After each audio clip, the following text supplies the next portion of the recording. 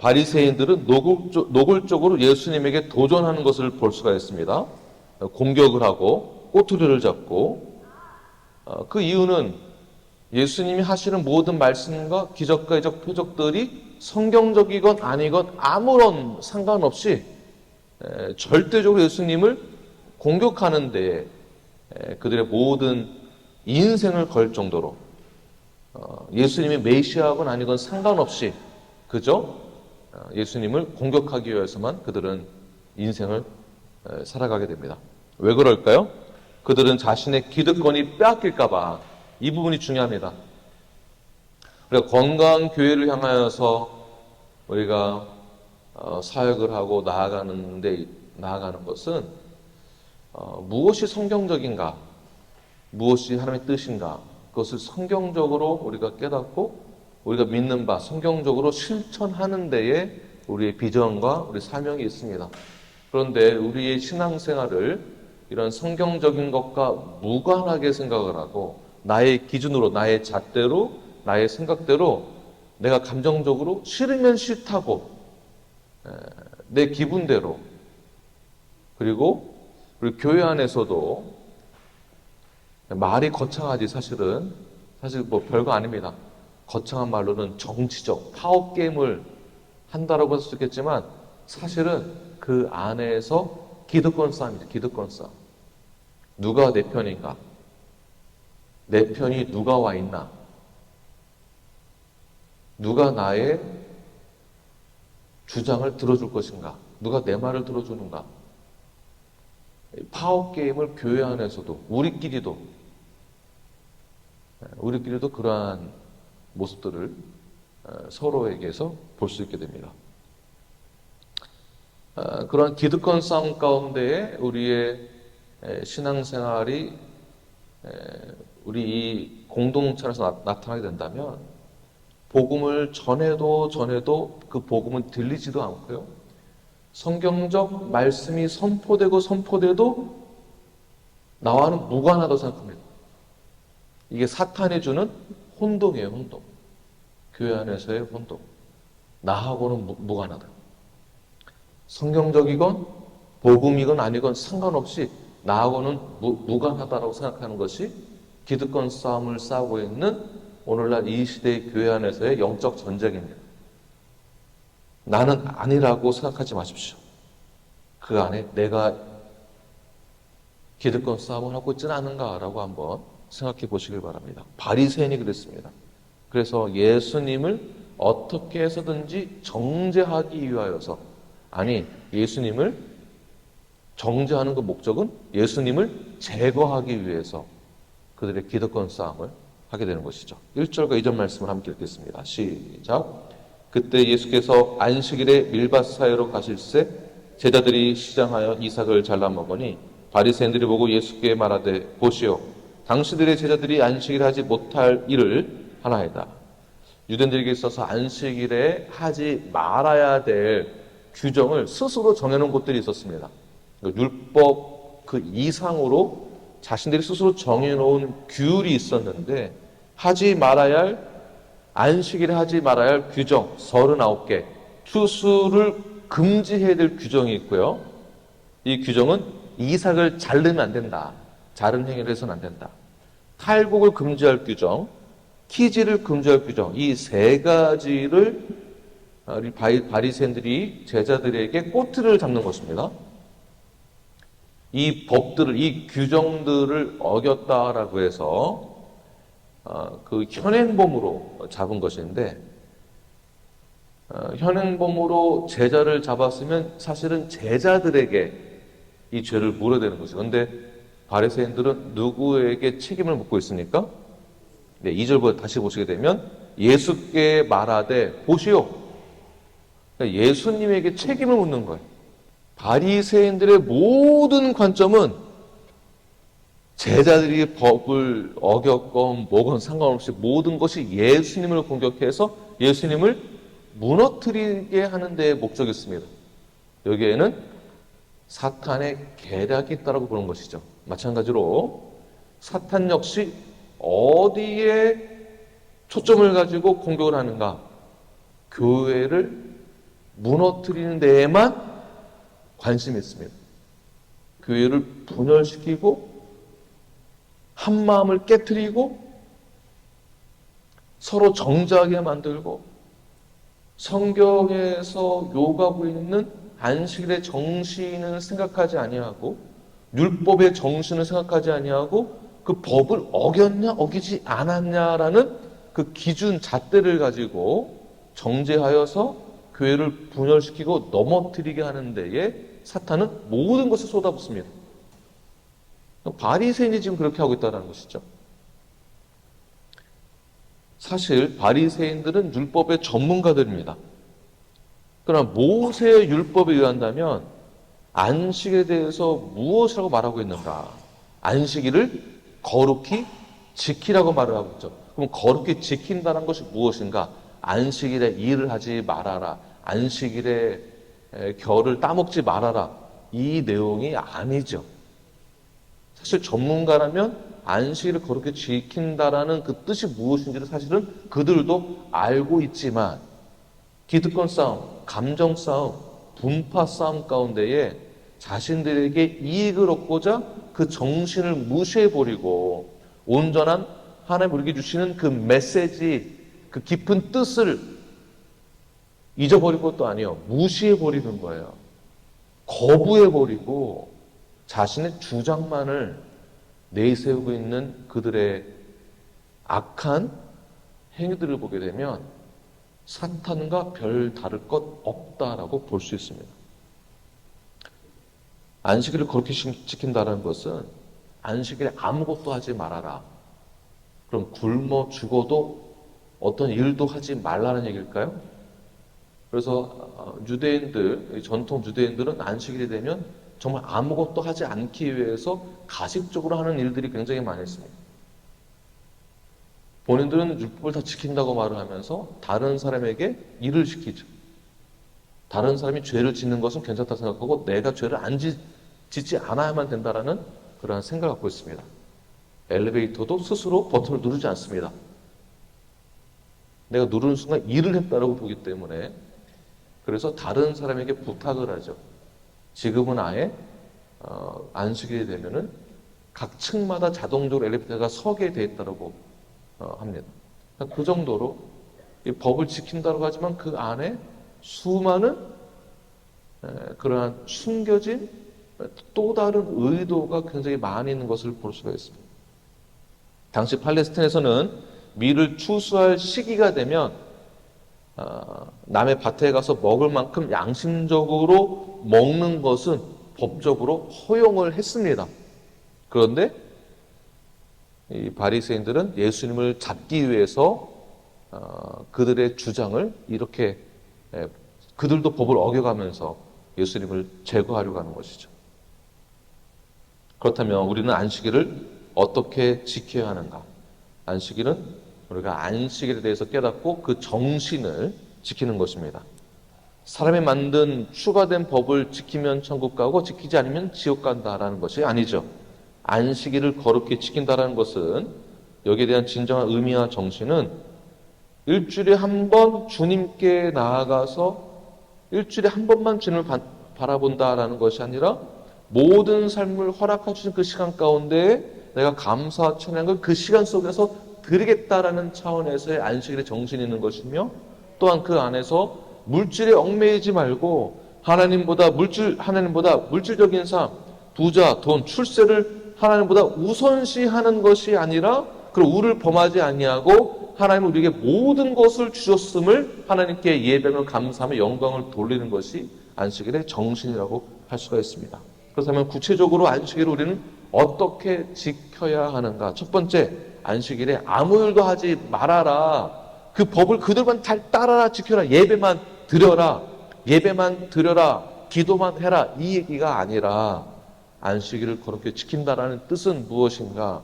생명의 존엄성을 우리는 생각을 해야만 합니다. 생명의 존엄성. 다시 말해서 생명을 살리는 일을 해야 하는 것입니다. 우리 친구들, 아이들이 한번 선포해 보세요. 얘기해 보세요. 생명을 살리는 일을 합시다. 시작. 자, 3절 말씀 함께 읽겠습니다. 시작. 예수께서 이르시되 다윗이 자기와 그 함께한 자들이 시장할 때 한 일을 읽지 못하였느냐. 자, 예수님께서 갑자기 바리새인들이 이제 트집을 잡으니까 다윗의 얘기를 가지고 옵니다. 다윗이 했던 그런 실례들을, 다윗이 기름 부음 받은 자라는 것을 바리새인들이 인정하고 믿었기 때문에 다윗 얘기하면 이들은 긴장을 합니다. 그래서 다윗의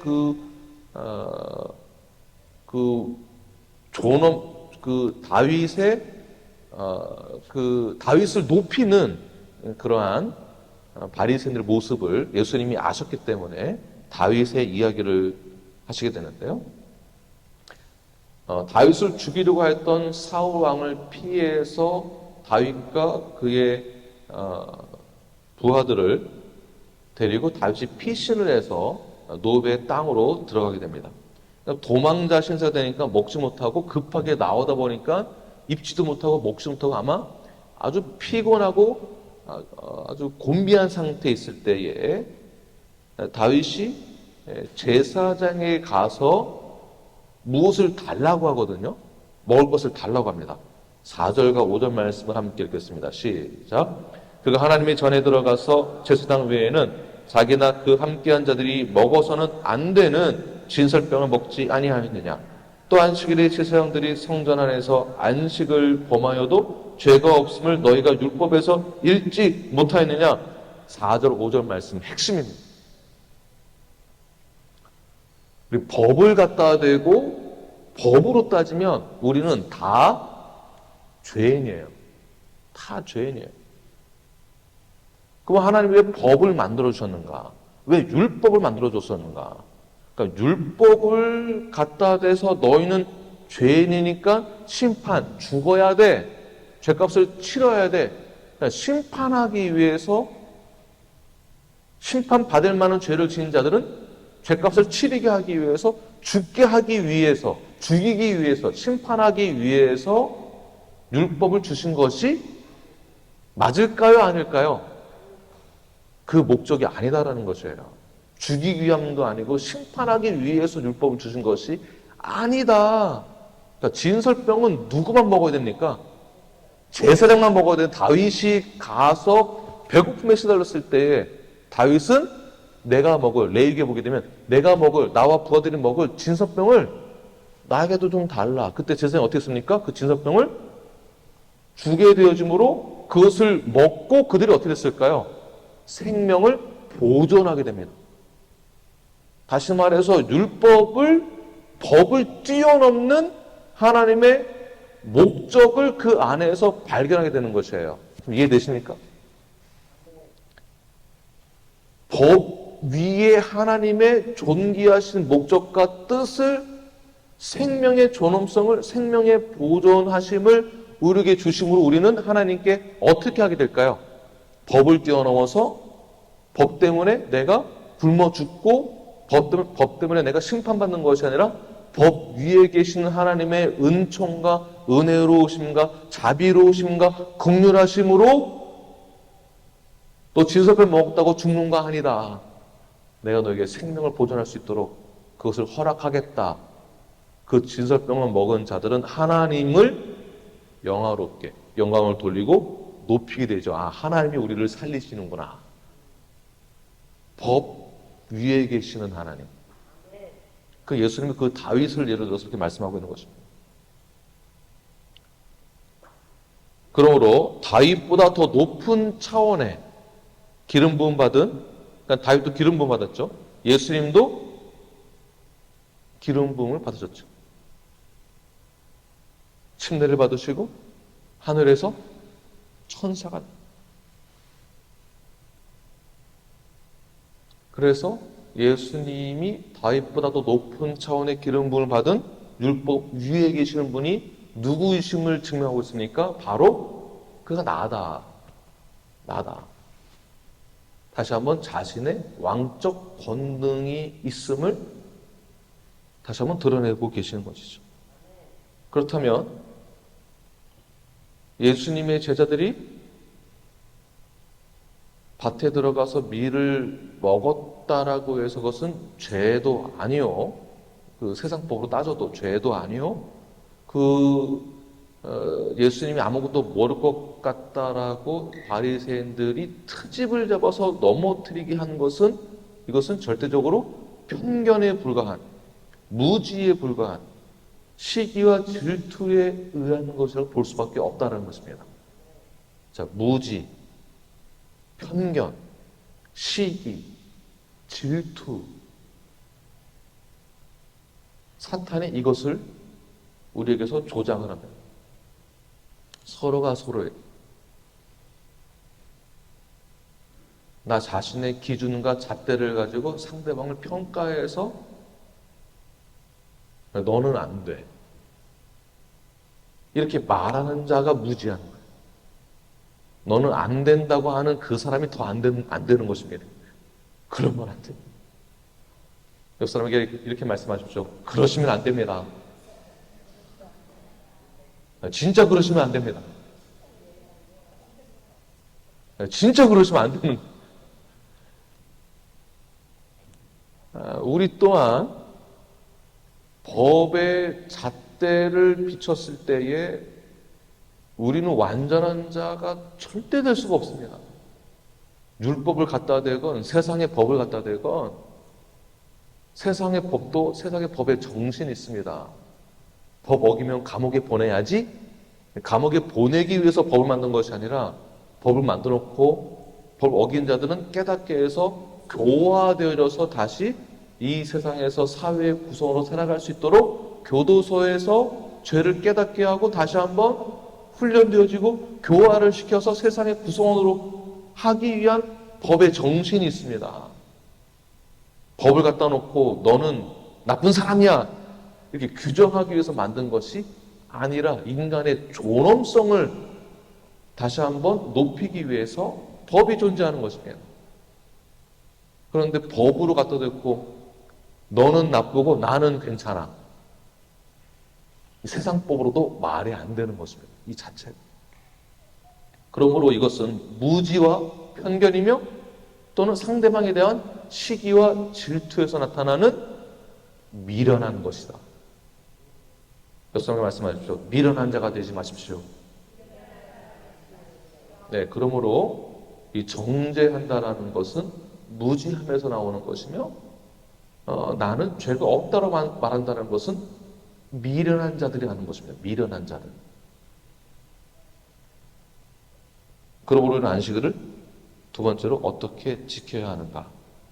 안식일의 정신은 모든 것의 주인이 예수님 되심을 선언하는 것이 안식일의 정신입니다. 6절부터 8절까지 함께 읽겠습니다. 시작. 내가 너에게 이르노니 성전보다 더 큰 이가 여기 있느니라. 나는 자비를 원하고 제사를 원하지 아니하노라 하신 뜻을 너희가 알았더라면 무죄한 자를 정죄하지 아니하였느니라. 인자는 안식일의 주인이라 하시니라. 아멘. 주님이 모든 것의 주인이 되심을 믿으십니까? 아멘이시죠? 주님이 나의 모든 것에, 우리의 모든 것의 주인이 되심을 믿는다면 나 개인의 인생에도 오직 주님만이 나의 주인 되심을 믿는 것입니다. 그분은, 예수님은 성전보다도 더 크신 분, 즉 예수님은 성전의 원형이 되시는 분이라고 볼 수 있습니다. 성전의 원형이다. 요한복음 2장 19절부터 22절까지 다 함께 우리 파워포인트를 보고 함께 읽겠습니다. 시작. 예수께서 대답하여 이르시되 너희가 이 성전을 헐라 내가 사흘 동안에 일으키리라. 유대인들이 이르되 이 성전은 46년 동안의 지었건을 내가 3일 동안에 일으키겠느냐 하더라. 그러나 예수는 성전된 자기 육체를 가리켜 말씀하신 것이라. 죽은 자 가운데서 살아나신 후에야 제자들이 이 말씀하신 것을 기억하고 성경과 예수께서 하신 말씀을 믿었더라. 네. 결국 성전이 누구다? 예수입니다. 성전이 예수입니다. 예수님은 눈에 보이는 성전, 즉 눈에 보이는 행위에 해당되는 법보다 더 뛰어나시고 그 위에 계시다. 성전의 원형이 되신다. 이거 허물어져도 괜찮다. 그 성전이 어디에 있는 것입니까? 결국 예수 그리스도 믿는 자들에게 있는 것입니다. 결국엔 예수님은 성전의 원형이 되시며 하나님과 동등한 창조자이시며 모든 것의 주인이 되시는 그 예수님, 동시에 안식일의 주인이 되시는 분이십니다. 안식일이 주님께 포함되어 있는 것이에요. 그래서 안식일은 주님의 것입니다. 또는 안식일이든 평일이든 그 무엇이라도 모든 만물의 주인이 누구십니까? 예수 그리스도. 이 믿음을 가지고 선포하는 것이 안식. 이 믿음. 그러므로 예수님의 방법대로 주인의 방법대로 하시는 것, 주님의 의도대로 하시는 것이 맞는 것이지 사람의 기준으로 내 생각으로 이런 표현들을 조심하셔야 돼요. 제 생각은 다릅니다. 이런 표현을 참 조심하셔야 돼요. 제 생각은 그게 아닌데요. 그 자세히 들어보면은 비성경적인 거를 주장하는 경우가 상당히 많이 있습니다. 아니, 그러니까 그 형제는 그게 아니고 성경에서 이렇게 말씀하고 있습니다. 제 생각은 다릅니다. 아무리 성경을 갖다 대도 내 생각은 다르다고 주장을 하는 분들이 그 고집이 얼마나 센지 모릅니다. 주님이 나의 주인이 되시고 성전의 원형이 되시며 모든 것의 만물의 주인이 되신 믿는다면 성경에서 말씀하고 있는 예수님의 그 메시지의 뜻을 내가 알고 믿는다면 나의 주장과 나의 생각과 나의 입장을 다 내려놓고 먼저 주의 말씀에 순종하는 것이 내 자존심 내세우는 거 아닙니다. 내 자존심에 조금 스크래치 당했다고 바로 그냥 성경에서 어긋나는 그러한 말이나 행위를 갖는 것은 믿는 자로서 해서는 안 되는 일이죠. 네, 그러나 내 자존심에 스크래치가 가면 여러분 반응이 어떤 반응이 나오십니까? 화도 나고 또 부글부글 끓고 눈에 뵈는 게 없어지고 말을 함부로 하게 되죠. 말을 막 하게 됩니다. 근데 사람이 죄인인지라 순종이 잘 안 돼요. 자존심에 조금 스크래치가 가면 말씀이고 뭐고 눈에 안 들어옵니다. 감정이 나를 지배하는 순간, 짜증과 분노가 나를 지배하는 순간 우리는 말씀을 던지게 됩니다. 말씀에서부터 멀어지게 됩니다. 이것이 인간의 본능이에요. 인간의 죄성이에요. 그래서 예수님은 순종하라. 성경의 권위에, 하나님의 권위에, 예수님의 권위에 순종해라. 순종해라. 자비로운 나는 제사를 원하지 않는다. 자비로움으로, 은혜로, 긍휼하심으로 그 너의 인간적인 그 죄성을 다 내가 덮어버리겠다. 인간의 힘으로는 공로는 절대 안 된다. 우리 아이들의 고집이 얼마나 센지 보십시오. 안 바뀝니다. 그럼 아이들만 그러는가? 내 고집 어떻습니까? 내 고집. 노인네 고집. 내 고집 어떻습니까? 안 꺾입니다. 그 고집 부리는 거 보면은 죄를 범하고도 남는 고집이에요. 그러나 예수님께서는 안식일의 주인이 되심으로 모든 것의 주인이 되시고 우리의 주권자가 되시는 분을 내가 믿는다면 나 자신의 이익을 위해서만 살아가는 것이 아니라 오직 주를 위해서 살아가는 데에 우리는 헌신하며 순종을 해야만 하는 것입니다. 우리 7절 말씀을 함께 읽겠습니다. 시작. 나는 자비를 원하고 제사를 원하지 아니하노라 하신 뜻을 너희가 알았다면 무죄한 자를 정죄하지 아니하였으리라. 아멘. 네, 그러므로 정죄한다는 것은 무슨 뜻이냐면 나는 죄가 없고 당신만 죄가 있습니다 라는 뜻이에요. 정죄가 굉장히 위험한 거죠. 왜냐하면 인간은 인간 힘으로는 절대 자신의 공로로 나의 모든 죄의 문제를 해결할 수 없을 뿐더러 우리가 믿는다 하면서도 잘 안 되는 게 뭐냐 하면 순종이 잘 안 돼. 헌신이 잘 안 돼. 그 죄성이 계속 드러나요. 어디에서요? 감정에서, 고집에서, 내 분노와 억울함이 있으면은요, 구원이고 뭐고 눈에 뵈는 게 없어지는 것입니다.